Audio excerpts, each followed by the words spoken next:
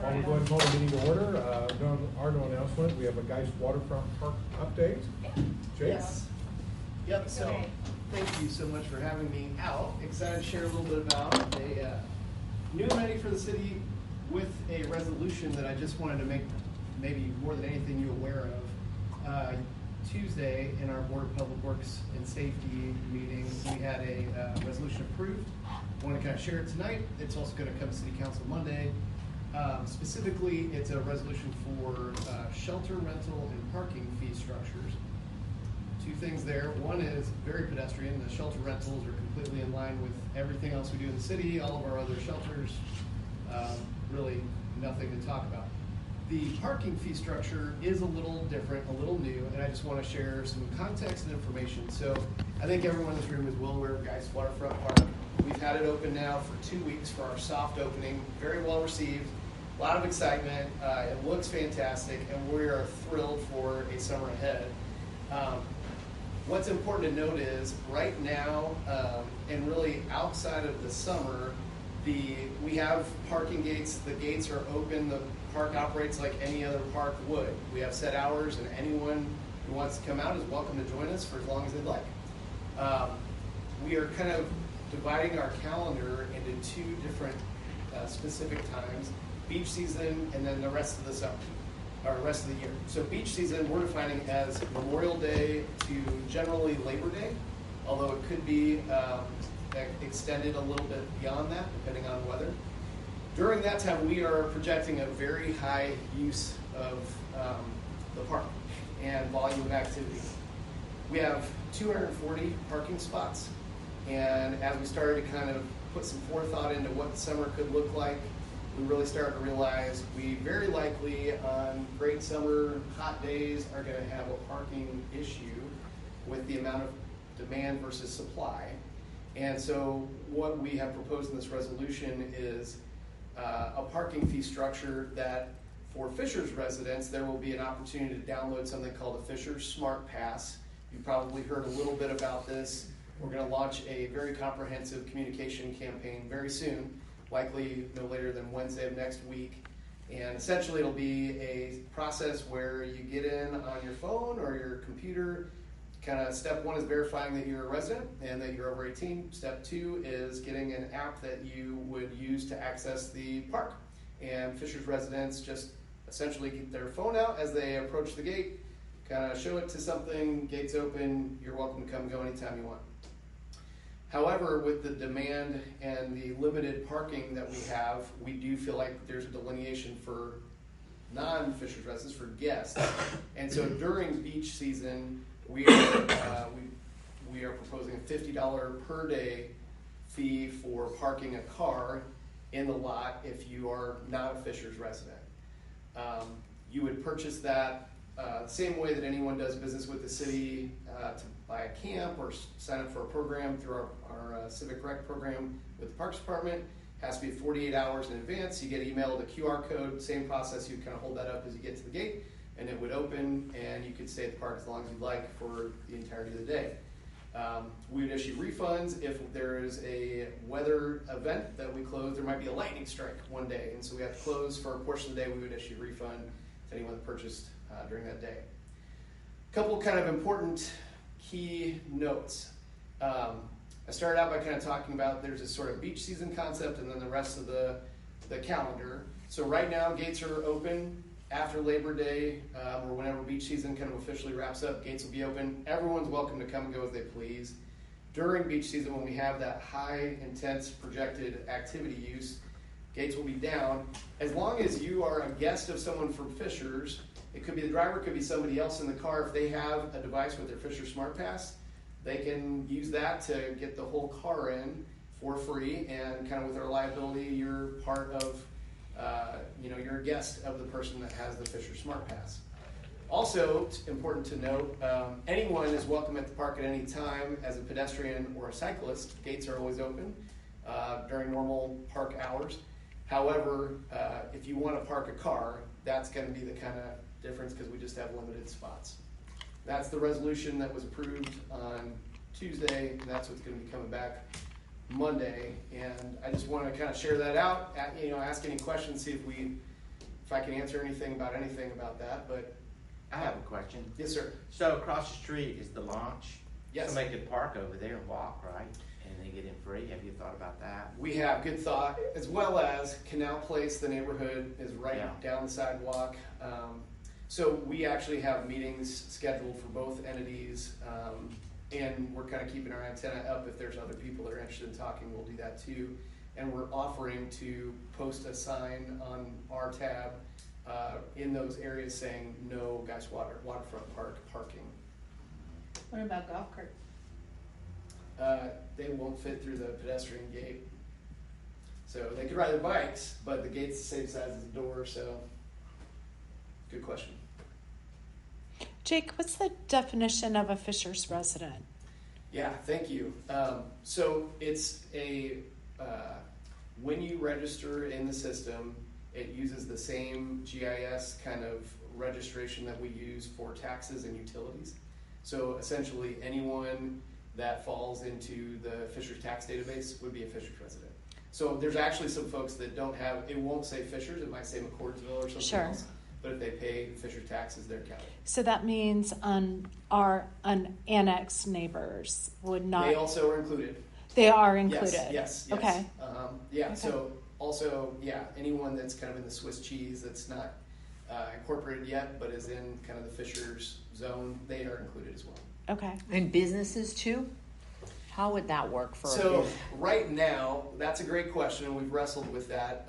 If someone uses their business address, I think it will work, but we're not trying to promote that. That's sort of a loophole at the moment. Okay. And really there's only kind of one email per address.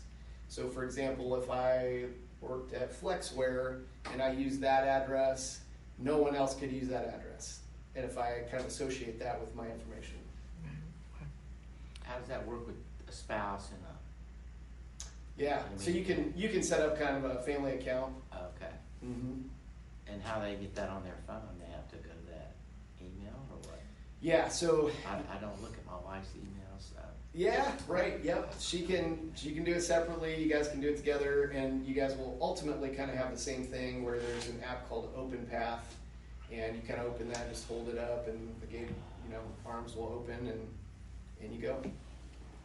When you say beach season, does that mean, so I understand Memorial Day to Labor Day, maybe a little later, does that mean the beach is closed outside of beach season?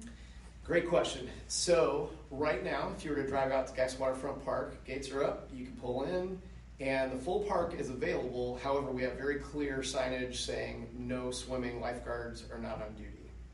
So I can tell you from experience, I was out there today and yesterday. A lot of people enjoying the sand, some people getting their toes in the water.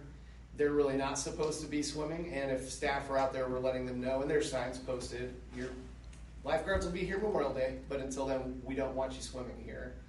People are bringing non-motorized watercraft already. We've had some canoes and kayaks launch, residents bringing their own and launch, and we love that. We'll also have some for rent coming up here Memorial Day to Labor Day. So the whole beach is available, sand's available. People are already making sand castles, bringing blankets and having picnics and enjoying it just the way we envisioned. But the actual swimming in the cove piece is not open until Memorial Day. I'll just mention, I believe $50 a day is shocking. It's already gotten a little bit of attention just because of, I believe, sticker shock. But if I'm understanding the rationale here, is it fair to say the price point is so high because it's really to be a deterrent, to control the crowd? I mean, help me understand, help justify this $50 price tag. Yeah. Yes, thank you. And you're correct. I think there's a little sticker shock, and there's been some social media conversation. So, and I also think in our PR and parks teams are working right now, there's some misinformation too. So a lot of people, for example, did not understand that if I was a guest of John's and I don't live in Fishers, but he does, and we're in the same car, I don't have to pay anything. I'm a guest of his. I get the same experience. They didn't understand that you can get in free right now, and you will also again in the fall.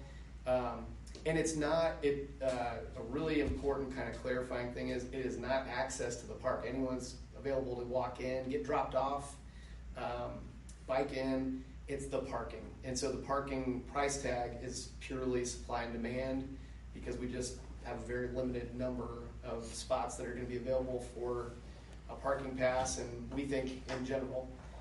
We also are open-minded. This is a brand new, just being frank, this is a brand new park. We're going to learn a lot, and we may have adjustments to make for year two, and that a lot of things could change, but that's what we think is appropriate for this summer. Mm-hmm.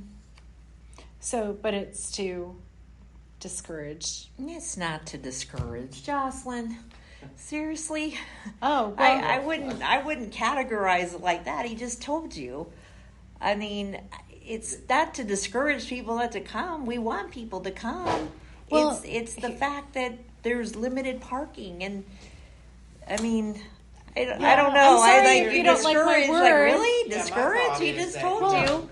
The people, the yeah. taxpayers or fishers are paying for this, and if we're having a demand outweighs supply, we have to do this to prevent guests from Anderson or Indy coming up here and filling the thing up. It wouldn't be fair. I would also, I guess, just offer or add to the conversation, that may seem like a significant number. Our envisionment for, people coming in paying for that parking pass would be probably a full family. And for example, Saxony Beach, the rate there was $7 per person. The average group that came in was around 4 to 5 people. Saxony Beach was great. This park is easily significantly better. It's 900 yards of beach, imported sand, an amazing swing set, and playground structures, 3 large shelters, rentals, concessions, trails. So it's a far superior experience to that. And I would hope, and I think it would promote someone to kind of take it seriously and make it like a full day. Like, okay, we're not just going to pop in and out for half an hour. We'd like to make a day of it here and bring our whole family and enjoy this amenity. And like to your point, it's a car full, most likely. Mm-hmm. So, how many people you get in a car? $10 a person, probably. I mean, for a day. I mean, to enjoy a day, where can you go anywhere for $10? I mean, if you think about it, I mean. well, I'll Do a just free make. concert out here. Yeah, if I may, I'll just make one last comment. Yes. For a community that has an IKEA, a Topgolf, about to have an event center, Conner Prairie, we are a destination for travelers, for visitors. And as you said, this is going to be a showstopper park, an amazing amenity. And I totally get, like state parks in Indiana, there's a charge for out-of-state guests. Absolutely, I understand that. But this price point, in my opinion, is incredibly high. And it doesn't feel very welcoming for a community that really has and is developing a tourism economy.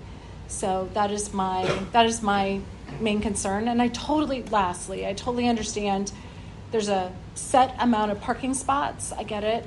I just wish there would have been a more kinder or welcominger way of managing crowd control than a very expensive price point. So that's my opinion on it.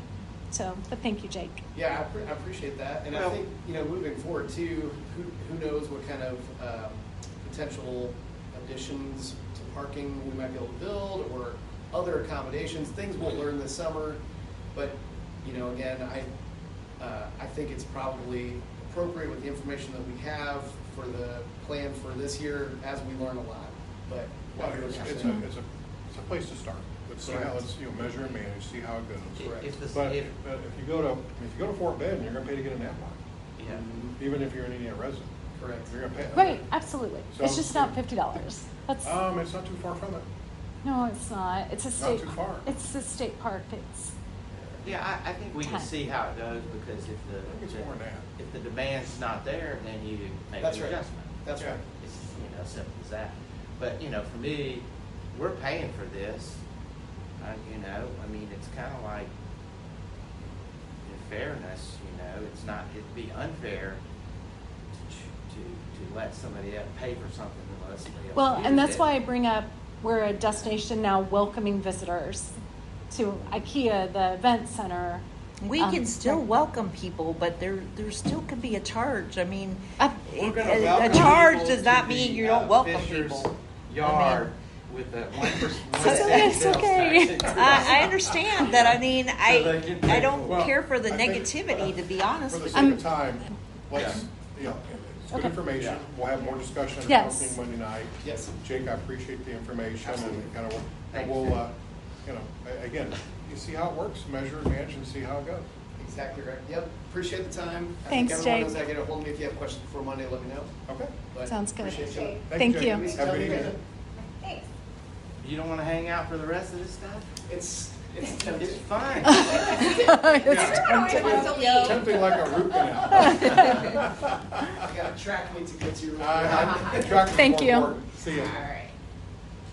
Thank you all very much. Moving on to the consent agenda.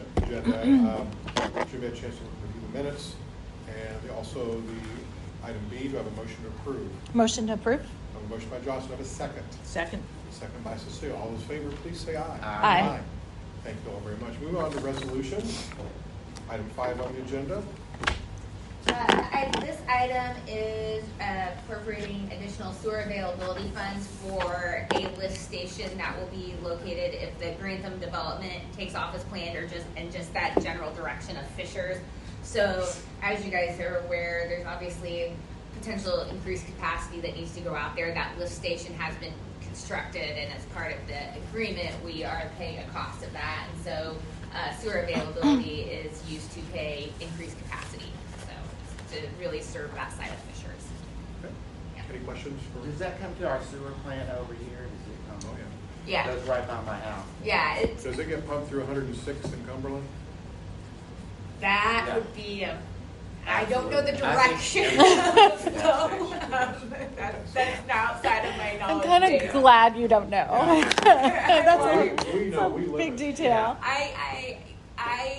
It will get treated by us, because obviously we treat different all of that. than I don't know what, I'll check, I can No, ask. we're good. It's certainly beyond the scope of. Yeah, I was like, I'm happy to ask. I don't know exactly where it goes in terms of treatment flow area. Do I have a motion to recommend for approval for Monday night, please? I'll make a motion to approve that. I have a motion by Josh. Do I have a second? Second. Second by Cecilia. All in favor, please say aye. Aye. Item 6 on the agenda. So, as a heads up, when you guys see the city council agenda for Monday night, this will not be in the normal budget section, because the interlocal agreement will come a little later, so this will follow the interlocal agreement. But some background on this, as you guys are aware, a few years ago, Hamilton County, we enacted the PSAP, Public Safety Access Point tax, and that tax is collected and then it is distributed to the board at Hamilton County. And so currently, for our claims related to public safety, we take those before that governing board and they make recommendations and approve. Obviously, with that 0.1% we're collecting, it's actually accumulated a significant buildup there for the public safety. And so what is coming is kind of an interlocal agreement that will allow a one-time distribution of some of these excess buildup of funds. And I don't know if those board meetings have, I would assume they have public records that show the kind of the cash accumulated buildup, but it's basically this allows a one-time distribution of funds to be used for the public safety, because they're accumulating a pretty significant cash cushion. And in interest of IT and the police department, who have some plans related to this one-time distribution, we're going to go ahead, as long as the interlocal prior to is approved, we'll take this forward. So it's a two-step process. You guys will see, I believe Lindsay is presenting the interlocal on this on Monday night, and then this will follow. So if for some reason the interlocal decides not to be approved, we'll pull this. Is the interlocal about this one-time distribution Yeah. only, right? Yeah. And so it's that agreement, and then this is the execution Yes. of that. Yeah. Okay. Yeah. What's the amount? They are 15. finalizing. I advertised 1.5. I believe once they're calculating. I can't remember if it's a rate per person or a rate per specifically public safety, but it'll be, I think, probably around 1.3, 1.4. I went 1.5. Obviously, the appropriation will be for our actual final distribution. I went high. You can cut. If I go too low, then you kind of leave something sitting there. But I believe it's based on a formula, and I think that spells out in the interlocal. But I do know behind the scenes there's been calculations on, per police officer, it's this, per fire. Sorry for being late. I want to apologize. But I'm looking at a draft of it. It's recommend $5 million for the public safety income tax fund being distributed for one-time use. Josh, your points. And it's per Exhibit A, which looks like it's a representation of 60% of population, 60% or 20% of your square miles, and 20% of your duties. And that equates to the amount that each location would get. What are the, I know it's public safety, are specific items with respect to that? Is it radios, is it personnel, or are we? Oh, what is it going to be invested in? Yeah, Is that what you what are mean? we free to, just as long as it's public safety, we can spend it any way we want? I have, from my knowledge, I thought it was related to anything related to public safety that falls under the public safety umbrella. I think some of that is potentially cameras. I can't remember if that's in this. Yeah, so it's all public safety technology. So not personnel, but in-car cameras, body cameras. That we could spend $1 million on that over the next couple of years. Laptops, radios, Flock, I think would play well in that space. That's a good point. To include the mounts in the vehicles that holds the technology. I think that's all in play. So really mostly technology. What about fire? Fire. So Fire has radios. They've got, and I'm blanking on the technology they've got there. They're set. Yeah, so they've got a handful of tech as well. Okay. Good. Any other questions? Do I have a motion to recommend for approval? Recommend to approve. Motion by David, do I have a second? Second? Second by Cecilia, all those in favor, please say aye. Aye. Thank you. Move on to item 7. This is truly just an amendment related to the Stephen Auto ban. So the Stephen Auto ban is coming due. We're going to roll that as that park builds out and gets developed out there at the, what are we calling it, the Fishers Technology, I can't remember what that corridor is being called, the Life Sciences Park. And so, but as part of that, as you guys are kind of aware, a lot of times when we do these bond documents and bans, they put interest rate in there not to exceed. When we did this 2 years ago, market was really good. There's an interest not to exceed interest rate of 1.5%. Obviously, rolling that now in 2023 is not feasible. So it takes the interest rate to 6%. That is not what we think we'll see. We'll probably see more in a hopefully 3 to 5 range on it, but it's obviously not going to be the 1.5 that we had before. So basically, it's more of a procedural issue related to items that we've kind of seen before. When the market was good and you put a rate in, it does not sometimes come to fruition when that ban comes due. Is that right now like an anticipation bond? It's an anticipation bond, Okay. and so it's got another year or two that we can roll it. And so what we're in the process of determining is if it's best to roll it for 1 or 2 years based on the build out level that we're going to see out there at the Life Sciences Park. So if it's, going to be more advantageous based on what's coming up, 2 years gives us a better assessed, even with some potential capitalized interest. If 2 years gives us a better base at that time, we'll go with 2, but we're looking at both of those scenarios currently. Any other questions for me? Is that the 2020A or the 19A? You know? It would be 20. 2020A. It would be 2020. June of 21. Yeah, 2021. Potentially. Yeah, 2021. Should be 2021. That's in the TIF too, right? Yes. Mhm. So when it flips, then it amortizes over X amount of years. Yes, yeah. And the goal obviously is with trying to time the right cycle to maximize that. Yeah, because we may have more build out Yeah. to make sure that It covers. it covers it completely. Yeah. And so that's what we're kind of looking at as Stefanato kind of finishes theirs up and those other buildings out there to kind of be the most advantageous if that's a year or 2 years. Does that agreement have if they fall, the assessed value falls below X, they make up the difference, or do you know? It has, I believe, it should have a minimum taxpayer agreement with it, and usually, traditionally, those minimum taxpayer agreements are structured to be as close to possible as what we anticipate the debt service to be, or close to that. So it's obviously based on some things. It might not be 100%, but the goal is always to be somewhat close to what that potential bond amount would be, that the minimum taxpayer agreement is close to that. Other questions? Do I have a motion to approve? Recommend for approval for Monday night, please. Make a motion to approve. A motion by David, have a second. Second. Second by Cecilia. All those in favor, please say aye. Aye. Thank you very much. Moving on to ordinances, item 8, covering the City of Fishers, Hamilton County, and Indiana's investment policy. So, our ordinance for investments actually only lasts about a 3-year period. So this really renews the investment ordinance that we previously had.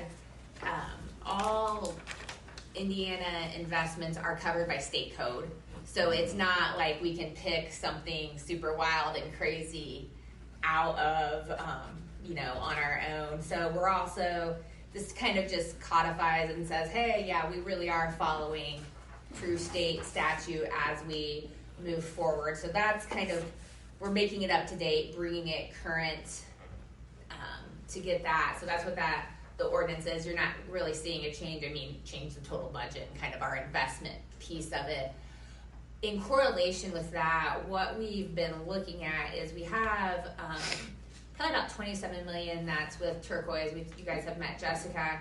A lot of that, and that investment ordinance really spells out, hey, we want up to this amount. We don't want to tie up too much in long term. We want this in short term. We want this.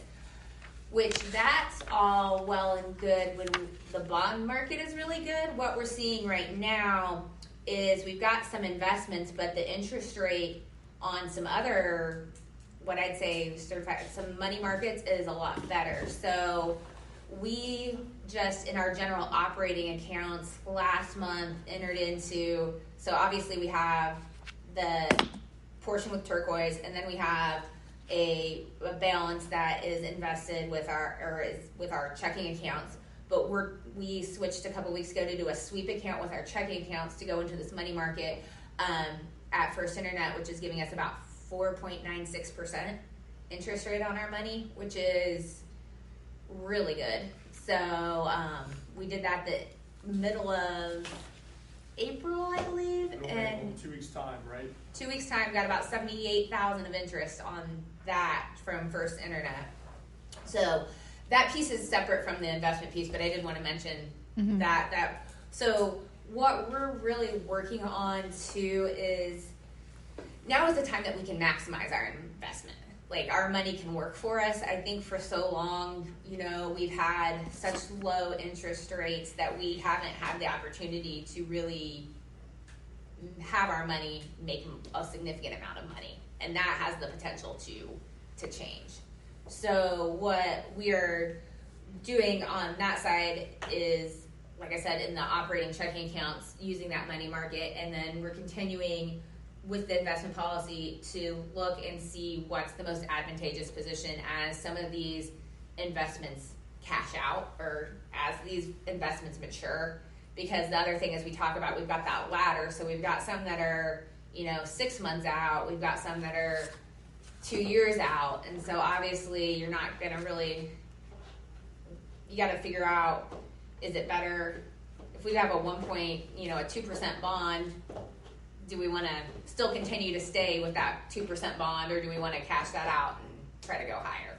So that's a strategy that Elliot and I have been discussing as we're looking forward. So the first step in really that analysis is getting our investment ordinance up to date and being codified and ready to go and just matching state statute. So that's what the investment ordinance update does. So this is a change. It allows you to go out and go out in the marketplace and look for other. Is that what you're saying? I believe it's always been written that way. I believe our investment ordinance has always. So what do we update? We updated it. It expired in 2023. So we're updating because it expired. Yes. So Nothing's changed. Nothing significantly And changed. one more thing. Does everyone understand what a sweep account is? Yeah. Yeah. Can you explain share that. a little bit? A sweep account is you've got excess cash in your checking account. It moves over to a money market account, So you and can, the checking account and the money market account are tied. So as checks come in to clear, it'll pull for the money market automatically and clear those checks. okay. Did I explain it okay? And it's doing that Yeah. at night in this account. Yes. Yeah. Wow. Yeah. Okay. Okay. Yeah. Thank you for that. Yes. So, the comment Lisa made before, the amount of money we made in 2 weeks' time, that's essentially $1 million of new money for the city of Fishers based on that change. That's not insignificant. Mhm. We start to think about, how much a police officer or firefighter costs. That's real money for which to do, which is pretty exciting. Again, separate from the investment cost, but that's real money.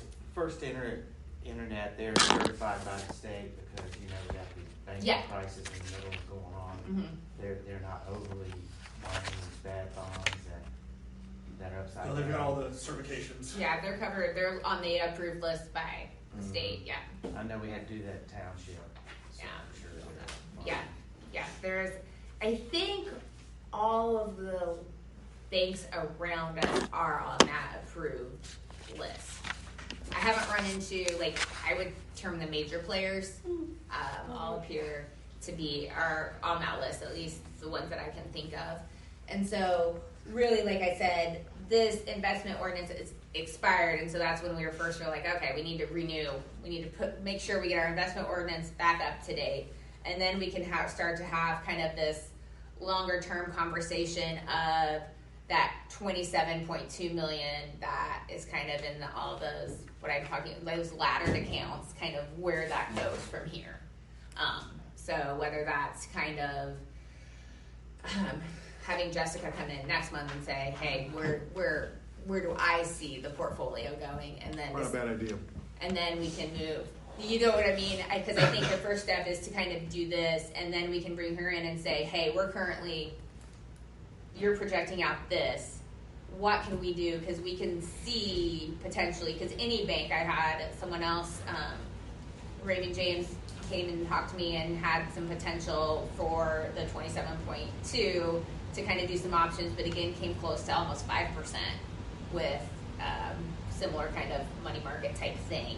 So you say that versus where we are, again, real money. So kind of those difficult conversations to kind of start having as to where we go, but we need to make this money work for us kind of going forward.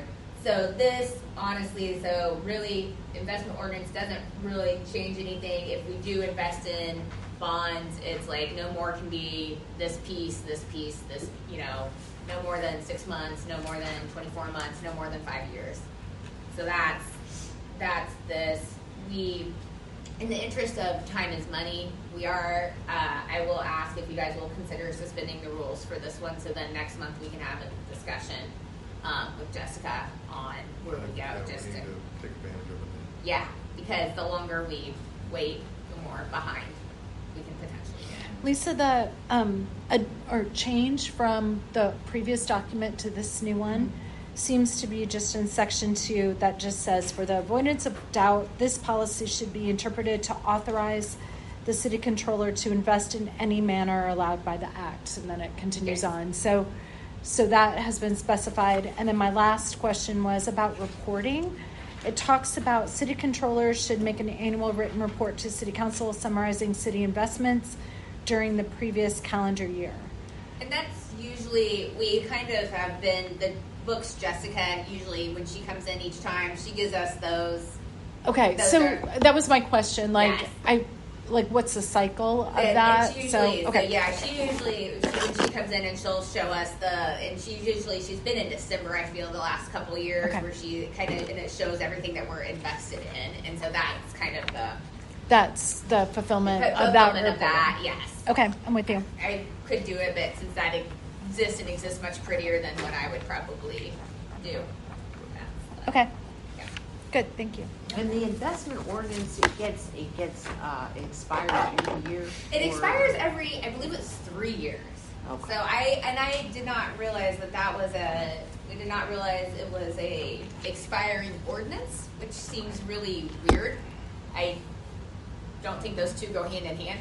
Is that state law? Probably. Yes, it's state law. That's when I looked up the investment act, and it's state law, and I'm like, well, this seems kind of odd that you would have an ordinance, but it expired. Yeah. Like, but it wasn't But on it's it. state law, so it makes sense. All right. Well, on that note, I'll entertain a motion to recommend for approval for Monday night. Motion to approve. Motion by David, do I have a second? Second? Second by Cecilia. All in favor, please say aye. Aye. Thank you all very much. Moving on to item 9. Item 9 is similar to what you guys have seen in the past for our kind of yearly vehicle loans, except this year it is related to equipment for the Fishers Fire Department. So it's self-contained breathing apparatuses, isn't it? Yeah. Yes, it's SCBAs, and I always think they're going scuba diving or something with them.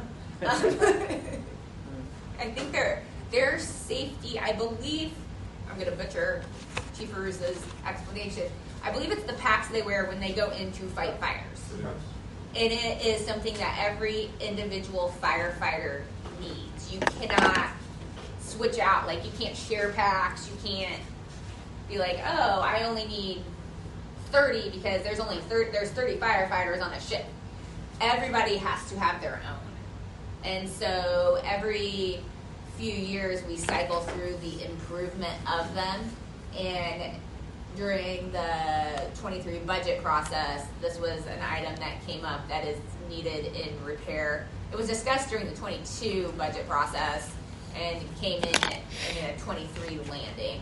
And so it is about $1.3 million to replace all of their equipment. Well, that's not necessarily the end of the useful life. Yes, there's no, yes, like, they, Recommend motion for approval. I'll make a motion. Oh, I'm sorry, David. Second. yeah, I mean, it's, Second yeah. by John, all in favor, please say aye. Aye. None Yeah. discussed here. Yeah, there's not, but I mean, to the end, again, it's an ordinance. I will ask you guys if we could have it for second and third so we can pass it. They can buy it. They can get their new. Food and beverage update. Yeah. So, all right. So we are, as you guys know, starting to collect food and beverage. And if my clip share will work, I will pop this up. So, my clip share is really slow today. They pay that to the state, right? They The pay that to restaurant. the state, and then it comes State. to us. And so, as you guys might know, it's anything you pay to the state, it's really in arrears. So when people, so it obviously was effective December 1st. They have until pretty much the end of the following month to remit it. And then the state turns around and pays it to us. So we got our payment of December food and beverage tax in early February. So just to kind of give you guys some quick, and I will make this bigger, sorry. So the takeaway here real quick is that we're getting better every single month. And we're trending towards what we anticipate to be about $3 million in food and beverage a year, which is what we expected when we came before you for passions of food and beverage. So you can see in May we collected $276,000 to 250,000 of it was actually for the previous month. And then the previous 14,000, 6,000, and 6,700, those are for prior months playing catch up, right? So we've still got to work through some compliance issues. We've reached out, we've got DOR involved. They are not as active as we hoped. So trying to be poetic about that. But they're getting there. We are reaching out to the business community, trying to educate them on the process of how to make sure they permit the amounts of this. But we are making progress. I don't know if you get the list of non-compliant businesses. We get that each month. So Megan Baumgartner and others are reaching out to try to make phone contact and say, hey, if you have any questions, can you walk me through the process? Because sometimes we thought about taking our health department staff and going door to door. The folks that are operating the business inside are not necessarily the ones pushing the buttons. We're trying to make sure we get the person pushing the button. So progress being made, trending towards 3 million, which is a good thing. Yeah. And so obviously food and beverage is self-reported. So it's one of those that you can get an audit for food and beverage, but I think would probably be very rare under DOR, according to what I can see. So what we've been working on is literally matching up our lists of permanent food establishments that have registered with the city of Fishers, matching them up to the people that have paid, and then kind of reaching out and saying, hey, you're registered with us for a permanent food establishment permit. You might have some liability, trying to gently nudge people. I will say we've had the more local / regional, so like obviously the Cunningham Restaurant Group, like 1933 and that affiliate, some of those that are very familiar with the area and food and beverage had no problems. I would say we're seeing more problems with our kind of chains that are nationally owned, and so the person, to Elliot's point, the person who needs to be able to remit this and do it is not the person at the actual location. So we're continuing to work through that, just in case anybody's super curious. I do the top, we kind of look at what the top ones are. So 1933 obviously is one of the biggest. Actually, Ale Emporium is coming up really fast on that. The Roadhouse, HC, kind of the ones you would think. The Starbucks is all their locations on there, but still pretty good. And then Top Golf. So those are just kind of, like I said, it's kind of interesting to see the top ones. Obviously, their February amounts for most of them are pretty high, which would make sense. December, Christmas parties, Ale and like Top Golf pick up during March Madness a little bit more, and some other things. So that's just kind of nerdy data. But we're continuing, as you can see, each month we're getting more and more in payments. So just working hard to make sure to get everybody up to date and registered. Can you discern how much non-compliance you have? That's a harsh word, but you know what I mean. It's fair. It's a little challenging in that there's a lot of art, not science, to it. In that you assume that December 1933 might be busy, but maybe in May it's not. So if each restaurant doesn't have the exact same output each month, then we can't tell. Sure. And so that's the challenge. We can see trends, but it's challenging to say. We can tell how many are not compliant, but we can't tell the amount of. I understand. So are you able to characterize like how many are, we'll use the word not compliant? Percentage now? I mean, we're getting better each month. I did at one point, but I think I lost the actual clean stats. For example, I think we're about 33% compliant. Yes. So that was the starting but that point. is at the Right, beginning. that's the starting point, right? Yes, and the thing is like some of this list has like schools on them, so that's the other thing, and like CVS's that are registered. So if you take a lot of those out, like I said, it's a lot of them are what I would term, like I said, at corporate restaurants. The Papa John's and Papa Murphy's we got to work on.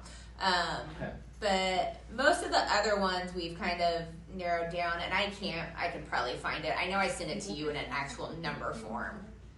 I was more just curious, and I also know like it's important at the very beginning to help with compliance, Yes. rather than like have it continue on for months and months and months, Yes, and then so- try to collect. Yeah. So, So we've been, and so each month I update and I send, oh hey, like we've lost, Okay.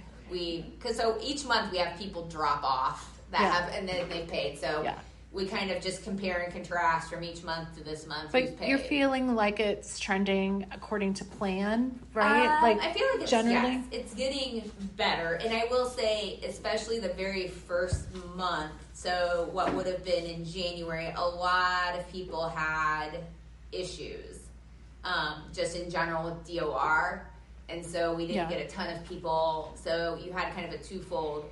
One, we really were aggressive on telling everybody about the food and beverage, but in case somebody didn't hear. But then also DOR, there were just, I think, some issues on people that maybe were new. If you were just only located in Fishers and were not in another area with a food and beverage and had not been out there, Yeah. I think some issues on registering and adding themselves to it. So. Sure.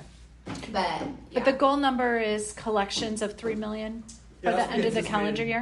Right for the debt service payment. And again, just as a reminder, this is all going to the Economic Development Fund that you established. Right. As part of it. Yep. There you go. Okay, thank you. The one thing, at least I saw my clients who were in Fishers getting, it's like, well, we already paid it. No, this is a new one. And having to kind of get them up to speed on it. So this doesn't surprise me one bit.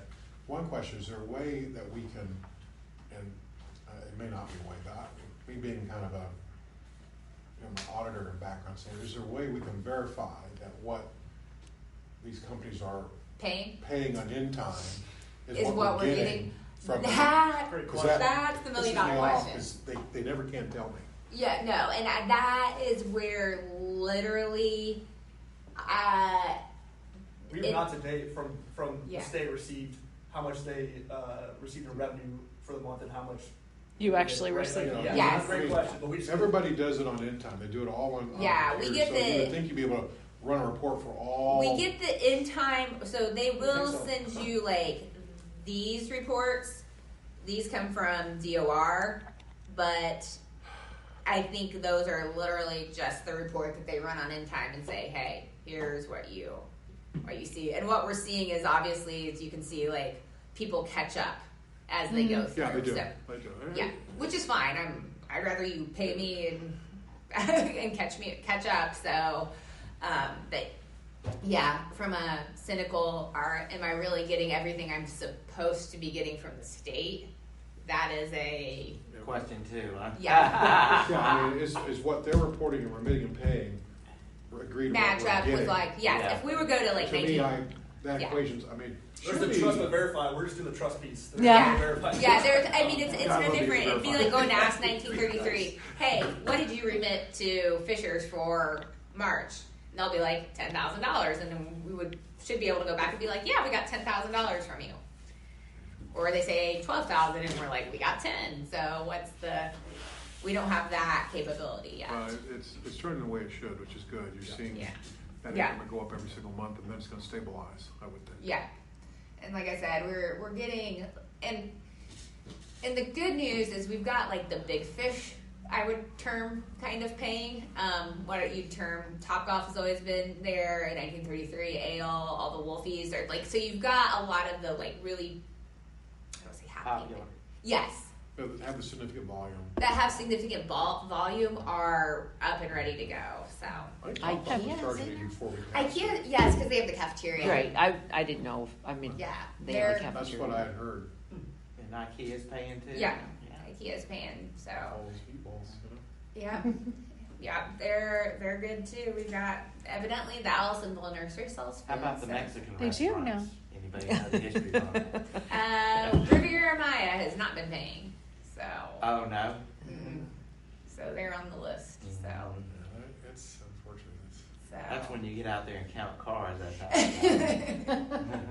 That's- The only way they're going to get, they have to get audited.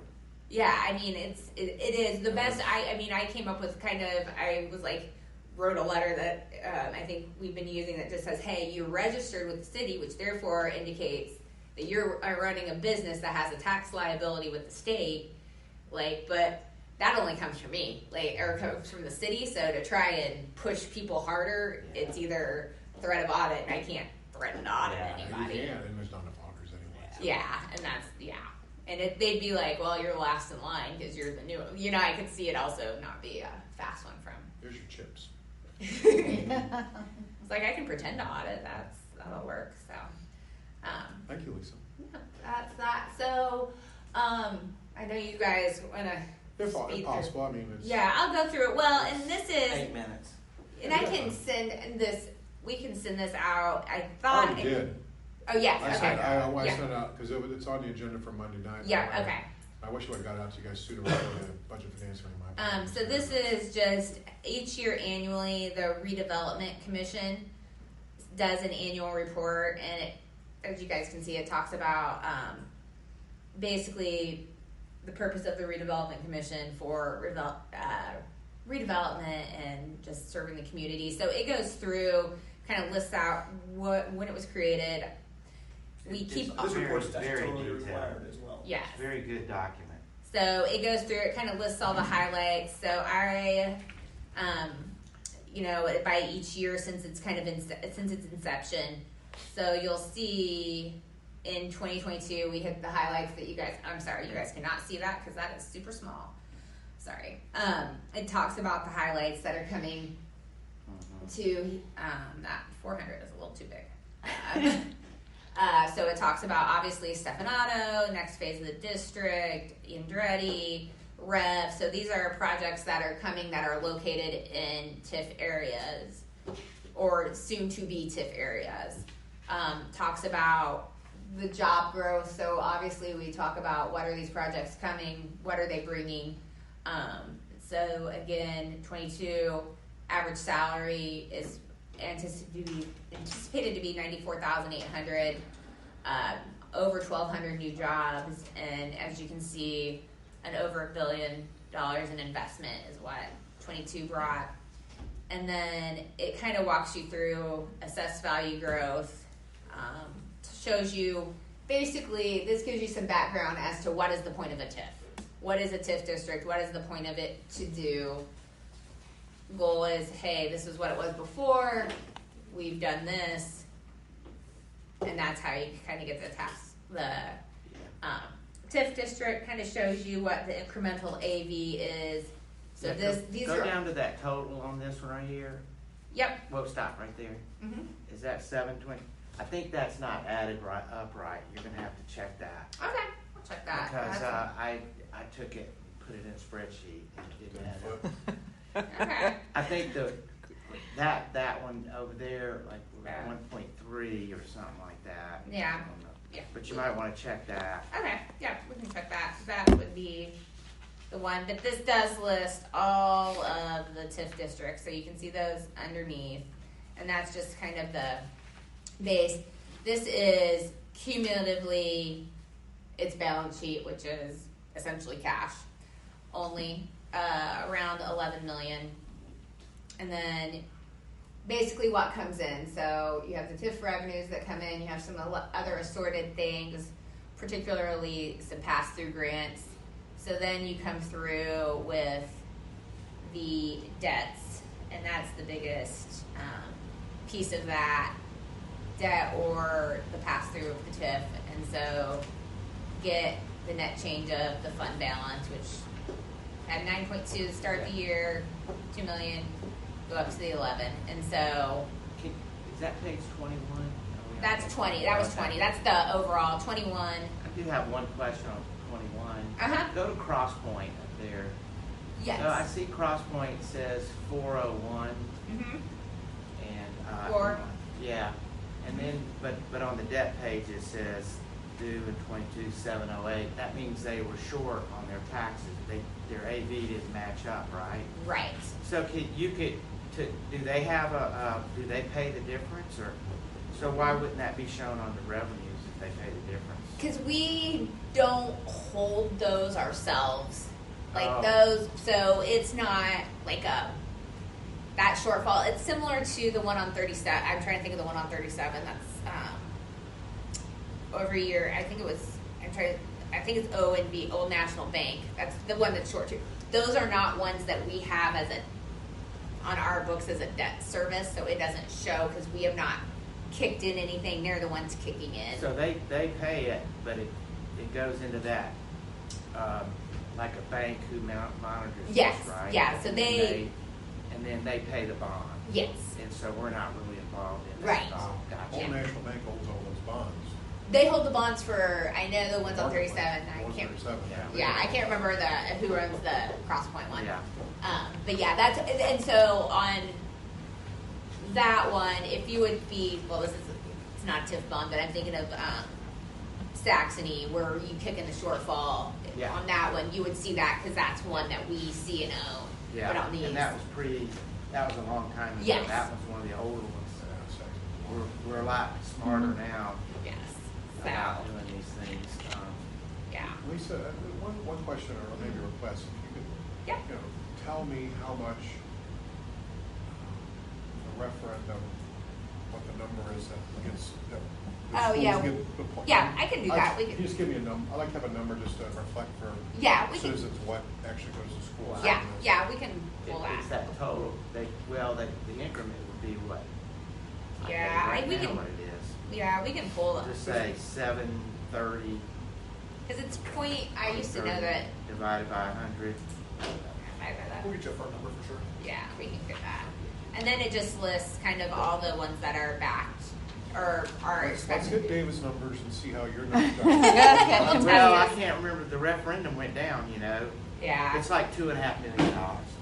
yeah. That's what they That's get. what I'm doing. So if they don't pass, well, they have a debt referendum and this one. They don't pass the 2275, they lose that money and they don't have to pay. I mean, it's just a loss of money. And then, then what happens? You can say our TIFs or stuff, we're gonna get the rhetoric that, the rhetoric I used to give, that they're not contributing to the community, You're gonna get that when they really is. Well, if I can add, when we have that conversation about the school referendum, as long as we're always making it clear, like we are comparing those projects versus those projects not happening at all. Like that is the context of those referendum dollars, right? Like we have to shape it that way so that it's ultra clear, I think. I think I think that's a selling point for the referendum is we almost have to, it would be, the TIF dollars, AV, wouldn't go to the schools at all. And we couldn't, like, I noticed when we give these development presentations, oh, look, we're making, the school's gonna get $300,000 So we have a for more referendum teachers. or what? Yeah. And if that got passed, we won't get that. It'll Right. go toward the debt referendum. But I was talking to, who was our old superintendent, Mike Burko, Dr. Bork? Dr. Bork. He was saying, I said, well, if you look at the expenses of the referendum, it's all operational. Because David, it's a shell game. To the Well, it teachers. has to be He says shell game. operational. So, Thank you, Anything else? Lisa. yeah, Good, well, very Fran? good. Lisa, do you want that part of the minutes, that document? If so, I need it, This? Yeah. please. Yeah. Okay, and again, councilors all received it, so. Yeah, I think it's, I thought it existed, I'll double check, 'cause I thought it also exists out on the RDC or will exist on the RDC, so I don't know if it's, we wanna link it, we can do either or. If you could send it to me, I'll just attach it. That- Yeah. yeah, that'd be nice. Yeah. Thank you. Thank for you. Your understanding about making this brief, and Yeah. it's unfortunate. No, I tried to talk fast, Well so. done. Just at our next meeting, we'll talk about like the budget process and the timing and scheduling coming and up. stuff like that. Like Yeah, here we are. Yeah, we're gonna have to get rolling on it. Okay. So timing update on the budget, and then we'll bring in first place in June for. Yeah. Got it. Yeah. Motion adjourned. Second? Who Aye. made the motion? We made the motion, Jocelyn second. Sure. I'll just go that. All in Yeah. favor, Scott. We're adjourned. Thank you all. Sounds like